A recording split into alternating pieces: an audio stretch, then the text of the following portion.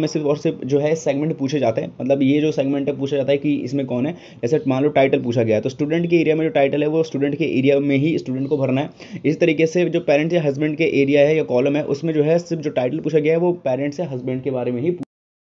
तो welcome to Loan Point YouTube channel, जहां पे आज की वीडियो में हम बात करने वाले हैं एजुकेशन लोन के बारे में। अलग अलग बैंक्स के एजुकेशन लोन के बारे में हम लोग बात कर रहे हैं, जिसमें बैंक ऑफ इंडिया हो चुका है, पीएनबी हो चुका है। लेकिन अब जिस बैंक के बारे में आप लोग जानना चाहते हो, जिस बैंक में बहुत ज़्यादा लग रहा है कि लोगों का खाता भी है, जो कि है यूनियन बैंक ऑफ इंडिया। जैसे कि आप मोबाइल स्क्रीन पर देख सकते हो कि अभी हम जो है यूनियन बैंक ऑफ इंडिया के ऑफिशियल वेब पेज पर भी हैं, और यहाँ पर जो है बहुत ज़्यादा स्टूडेंट्स का डिमांड आया था कि यूनियन बैंक ऑफ इंडिया से एजुकेशन लोन कैसे लेंगे, स्टडीज़ इन इंडिया के लिए भी, अब्रॉड के लिए भी, और अगर वो एनआरआई हैं स्टूडेंट्स उनके केस में भी। तो सवाल ये उठता है कि आखिर इसको लोन को लिया कैसे जाएगा, और बहुत सारी चीज़ें इसके अंदर मैटर कर देगी। मैटर करने वाली बात यह है कि जो स्टूडेंट लोन हम ये दिलवाने की बात कर रहे हैं या फिर स्टूडेंट लोन अप्लाई करने की बात कर रहे हैं, इसके अंदर लोन का अमाउंट कितना मिल जाएगा, इंटरेस्ट कितना पे करना पड़ेगा, रीपेमेंट कब तक की जाती है, डॉक्यूमेंट्स कौन कौन से अटैच करने होंगे, साथ ही में यहाँ पे आपके एलिजिबिलिटी क्राइटेरिया क्या होगी, बहुत सारी चीज़ों के ऊपर बात होगी। लेकिन इन सभी चीज़ों से हटके एक और इंपॉर्टेंट चीज़ जो आपको समझना पड़ेगा वो ये है कि इस वीडियो में आप जानोगे कि कैसे जो है ऑनलाइन अप्लाई आप लोग कर सकते हो विद्या लक्ष्मी वेब पोर्टल के माध्यम से। ठीक है, ऑनलाइन करने वाले हैं, विद्या लक्ष्मी के वेब पेज से करने वाले हैं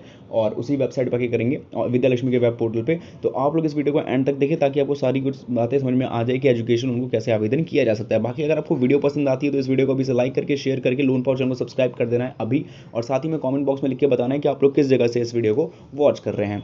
और शुरू करते हैं वीडियो को, और स्टेप्स प्रोसेस की बात करेंगे। तो भाई साहब ये वीडियो जस्ट नीचे टाइटल पे करना टैप है तो डिस्क्रिप्शन बॉक्स खुलेगा, डिस्क्रिप्शन बॉक्स के अंदर आपको मिलेगी वेबसाइट लिंक, जिस पर सिंपली करना है। जैसे ही आप लोग वेबसाइट लिंक पे क्लिक करेंगे सीधा पहुंच जाएंगे योजनाpolicy.com के ऑफिशियल वेबसाइट पे। यहाँ पहुंचने के बाद सबसे पहले आपको करना ये है कि मेन्यू बार के ऑप्शन में आपको जाना है। जाने के साथ ही आपको मिलती है कैटेगरी, इसके अंदर आपको एजुकेशन लोन के सेगमेंट पे क्लिक कर देना है। एजुकेशन लोन के सेगमेंट पे क्लिक करोगे तो यूनियन बैंक ऑफ इंडिया में या फिर अलग अलग जो बैंक्स आपको एजुकेशन लोन प्रोवाइड करवाते हैं उन सबकी आपको जो है बराबर लिस्ट मिल जाएगी। जैसे कि बैंक ऑफ इंडिया हो चुका है, HDFC बैंक है, इंडियन बैंक है, यूनियन बैंक भी इसके अंदर आपको मिल जाएगा। तो आप स्क्रॉल करके नेक्स्ट करके या तो फाइंड कर सकते हो, या तो सबसे बेस्ट तरीका ये है कि आप मेन्यू बार पे जाओ और जाने के साथ ही सिंपली सर्च कर सकते हो। यहाँ पे आपको टाइप करना है यूनियन एजुकेशन, इतना कीवर्ड डाल के इसे सर्च करोगे आपके सामने रिजल्ट आएगा कि यूनियन बैंक ऑफ इंडिया से एजुकेशन लोन कैसे अप्लाई करें। ध्यान रहे इसके अंदर अब्रॉड, इन इंडिया और साथ ही में यहाँ पे एनआरआई के लिए भी, तीनों के लिए बात की गई है।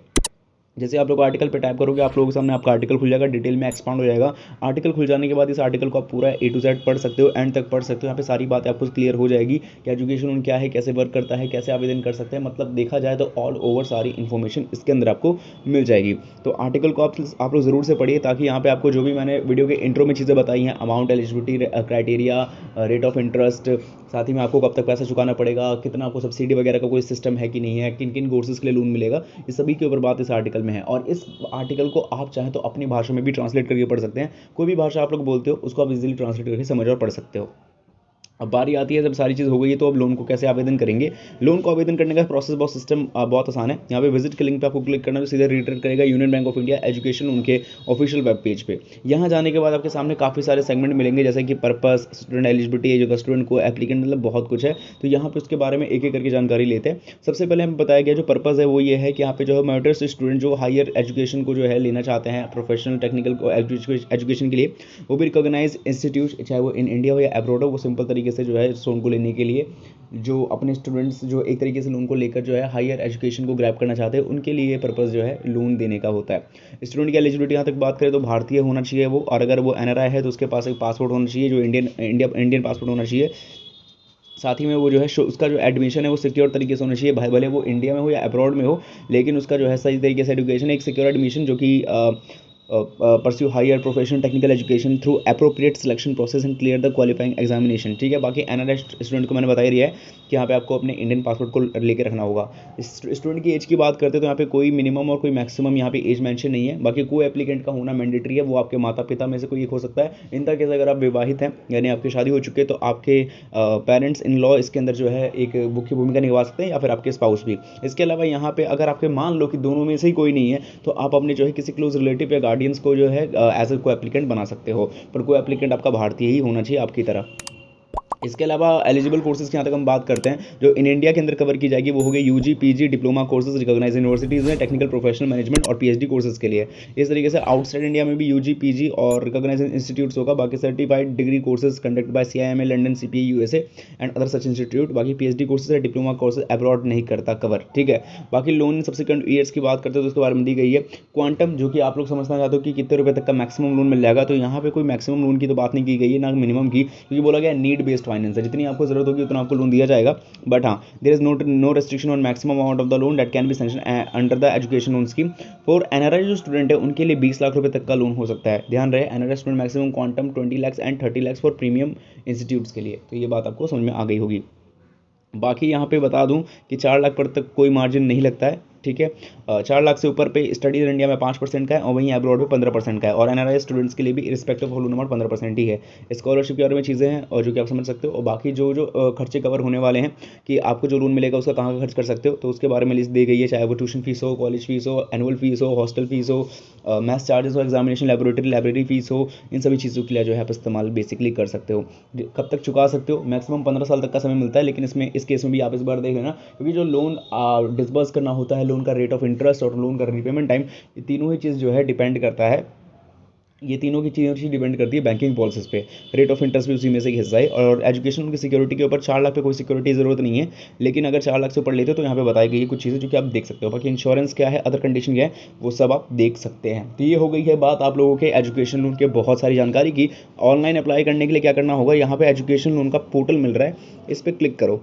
क्लिक करोगे ये सीधा विद्या लक्ष्मी के वेब पेज पे रीडायरेक्ट कर देगा। अब यहाँ जाने के बाद आपके सामने जो है सबसे पहले रजिस्टर का ऑप्शन आएगा। रजिस्टर का ऑप्शन उनके लिए जिनका यहाँ पे कोई अकाउंट नहीं है, तो अब आपका अकाउंट नहीं है तो फटाफट जो आपको ना first name middle name last name सबको डाल के जो है कंफर्म करके आपको अपना अकाउंट क्रिएट करना है, और जो ईमेल आईडी डालोगे उस ईमेल आईडी को भी एक्टिवेट कर लेना। इसके बाद लॉगिन के बटन पर टैप करना है, देन स्टूडेंट लॉगिन पे चले जाना है। स्टूडेंट लॉगिन पे जाने के बाद नीचे जाना है, और यहाँ पे आपने जो अपना ईमेल आईडी और जो पासवर्ड डाल रखा है उसको सिंपल तरीके से डाल के लॉगिन कर लो। अब मेरा अकाउंट बना हुआ है और आप लोगों ने भी बना लिया है, तो अकाउंट में लॉगिन करके आगे बढ़ते हैं।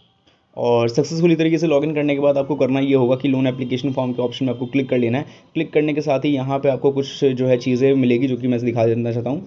यहाँ पे आपके सामने fill up common education loan form है, और ये तकरीबन 6 से 7 सेक्शन को कंप्लीट करना होगा, जिसमें 2 तो सिर्फ इंस्ट्रक्शन बेसिस के लिए है। ये देखो इंस्ट्रक्शन वाला हो गया, ये इसके अंदर आप जो है इंस्ट्रक्शन बताए जाएंगे कि जो डिटेल्स अभी आगे बढ़ने वाले हो ना आप, वहाँ पे कौन कौन सी इंपॉर्टेंट डिटेल्स होने वाली, जैसे पर्सनल इन्फॉर्मेशन में कौन सी डिटेल्स होगी वगैरह वगैरह, कौन सी मैंडेटरी नहीं है, वो सब कुछ। इसके बाद आती है बेसिक इन्फॉर्मेशन की। बेसिक इन्फॉर्मेशन और ज़्यादा सिंपल है, क्योंकि अगर आप देखो तो बेसिक इन्फॉर्मेशन में कुछ कॉमन सवाल है। अब ये कॉमन सवाल बनते भी है। मान लो कि आप यूनियन बैंक ऑफ इंडिया से एजुकेशन लोन लेना चाहते हो, लेकिन वो स्टडीज़ इन इंडिया के लिए है या स्टडीज़ इन अब्रॉड के लिए, पता कैसे चलेगा? तो यहाँ पे उसको जो आप क्लैरिफाई कर सकते हो। साथ ही में आपके परिवार की सालाना इनकम कितनी है वो भी बता सकते हो, और साथ ही में आपने जो है आप have you taken admission for a professional technical courses, तो उसके बारे में बता सकते हो।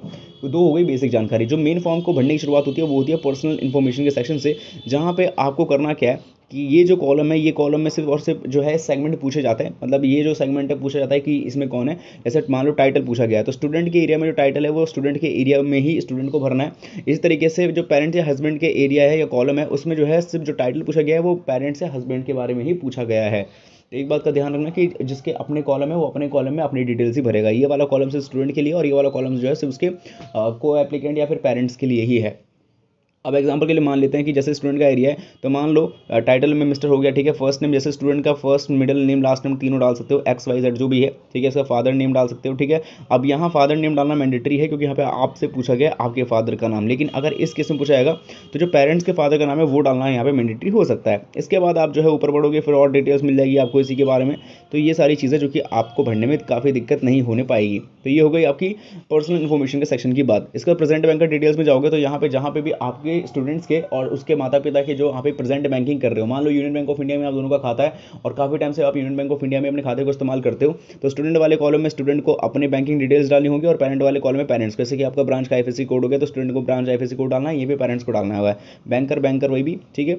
इसके बाद आएगी कोर्स डिटेल्स कि किस कोर्स के लिए particular course which loan is required, ठीक है, वो आपको अच्छे से बताना होगा। कॉस्ट ऑफ फाइनेंस यानी एक्सपेंस कवर्ड की बात बेसिकली यहाँ पे आती है कि कॉस्ट ऑफ कोर्स क्या होगा, सोर्स ऑफ फाइनेंसिंग क्या है, वो सब आप बता सकते हो। एंड लास्ट में आता है अपलोड डॉक्यूमेंट डॉक्यूमेंट्स का ऑप्शन, जहाँ पे 2 MB तक की फाइल साइज को आपको अपलोड करना पड़ेगा ऐसे डॉक्यूमेंट, और डॉक्यूमेंट में जो भी डिटेल्स आप दे रहे हो वो एकदम क्लियर होनी चाहिए। यानी कि जो डॉक्यूमेंट की फोटो आप लोग कैप्चर करके अपलोड करोगे, या तो कोशिश करो उसको PDF फाइल में अपलोड करो, PNG में, JPEG में, लेकिन फोटो क्लियर होनी चाहिए ताकि आपके डिटेल्स या डॉक्यूमेंट्स के जो और भी डिटेल्स है अच्छे से शो हो पाए।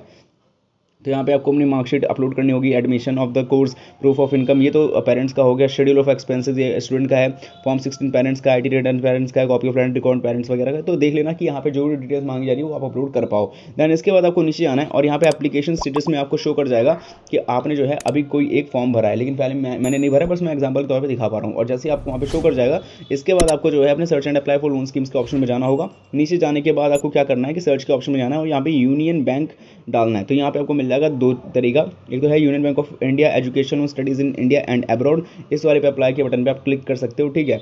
और ब्रांच लोकेटर पे जाके ब्रांच लोकेट भी कर सकते हो कि कहाँ पर है। जैसे कि यहाँ पे बैक साइड जाओगे तो मैं दिखा दूँ, यहाँ से जैसे यूनियन आप डालते हो तो नीचे आप मिलेगा ब्रांच लोकेटर, तो यहाँ पे आपको पता चल जाएगा कि कहाँ कहाँ पे ब्रांच लोकेटर क्या है, ठीक है। तो हम यूनियन बैंक ऑफ इंडिया की ब्रांच पे भी आ जाते हैं, देखिए आप देख सकते हैं, मतलब बैंक के जो उसका ऑफिशियल वेब पेज है वहाँ पे।